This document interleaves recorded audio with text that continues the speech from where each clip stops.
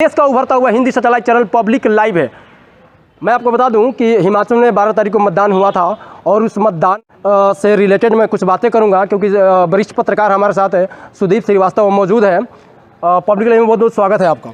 Thank you Ranveer. चुनाव को कैसा देख रहे हैं, क्योंकि पिछले 25 सालों से देखा जाए हिमाचल में तो हमेशा सरकार बदलती रहती है, तो इस बार क्या सरकार बदलेगी?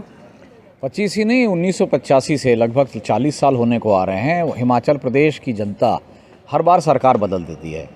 केरल के बाद सबसे ज़्यादा लिटरेट स्टेट अगर है, पढ़ा लिखा स्टेट है, तो हिमाचल है। केरल में भी सरकार बदलने का ट्रेंड है और यहाँ भी सरकार बदलने का ट्रेंड है।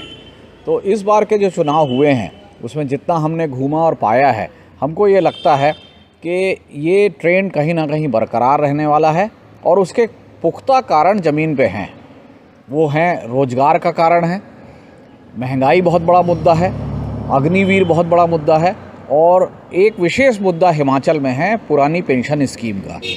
तो ये सारे मुद्दे बन के जो पहले की सरकार थी बीजेपी की, उसके लिए एंटी इनकम्बेंसी पैदा कर रहे हैं। जो कांग्रेस की सबसे बड़ी कमी थी कि वीरभद्र सिंह के जाने के बाद उनके पास कोई नेता नहीं था, कोई चेहरा नहीं था। वो मुद्दा शुरू में लगता था कि बहुत बड़ा बनेगा और कांग्रेस को नुकसान होगा, लेकिन अब ये लगता है कि चूँकि जयराम ठाकुर जो मुख्यमंत्री हैं, उनकी छवि एक मजबूत मुख्यमंत्री की नहीं मानी जा रही है, तो ये जो मुद्दा कांग्रेस की कमी थी वो अब सामने नहीं आ पाया है। और इसके कारण कांग्रेस की जो रणनीति थी कि अलग अलग मुद्दों पे चुनाव हो, वो कारगर होती दिख रही है। और भारतीय जनता पार्टी को हो सकता है इस चुनाव में हिमाचल में इस हार का सामना करना पड़े। लगभग कितने सीट मतलब कि आने की संभावना है? बीजेपी की बात करूँ, कांग्रेस की बात करूँ तो देखिए, कितनी सीटें आएंगी ये तो डिपेंड करता है, संभावना ये डिपेंड करता है, क्योंकि वहाँ 75,000 80,000 की सीटें हैं जो बहुत कम मार्जिन से डिसाइड होती हैं। यूपी बिहार नहीं है जहाँ 3 लाख से ऊपर मतदाता एक विधानसभा में होते हैं। लेकिन कंफर्टेबल मेजॉरिटी की सरकार आनी चाहिए, ऐसा मुझे लगता है। अच्छा, कुछ जातीय समीकरण भी वहाँ पे बनते हैं क्या? कुछ यूपी बिहार मध्य प्रदेश में जितना जातिवाद है उतना जातिवाद नहीं है वहाँ। कांगड़ा के कुछ इलाके छोड़ दो और थोड़े बहुत कुछ जगहों पर छोड़ दे, तो उस तरीके से जाति वहाँ एक बड़ा मुद्दा नहीं है। क्योंकि एजुकेशन के हिसाब से अगर देखा जाए तो वहाँ पे काफ़ी लोग शिक्षित हैं। वहाँ पे ये जाहिर बात है, शिक्षा है, रोजगार है, लोगों को हर घर में लगभग कोई सरकारी कर्मचारी या तो पहले रहा है या आज है।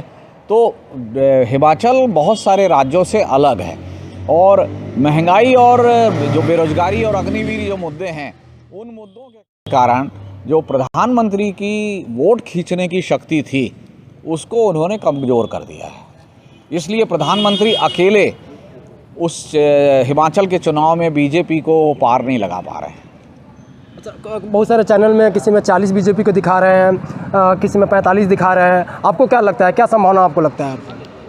देखिए, मैंने तो कहा कि मुझे लग रहा है कि सरकार वहाँ बदल रही है और सरकार कांग्रेस की आने की संभावना है और कंफर्टेबल मेजॉरिटी में आएगी। कौन सा चैनल क्या दिखा रहा है उस पर मैं कोई टिप्पणी नहीं करूँगा। बहुत बहुत शुक्रिया हमसे बात करने। धन्यवाद। वहाँ पे सीएम है, वो बीजेपी के हैं, अभी सरकार बदलने की संभावना है, यानी कहीं ना कहीं कांग्रेस की सरकार आने की संभावना है। और लोग बाग वहाँ के बदलते भी हैं, हर 5 साल में देखा जाता है कि वहाँ पे लोग बदलते भी हैं। Bureau report, Ranveer Kumar, Delhi.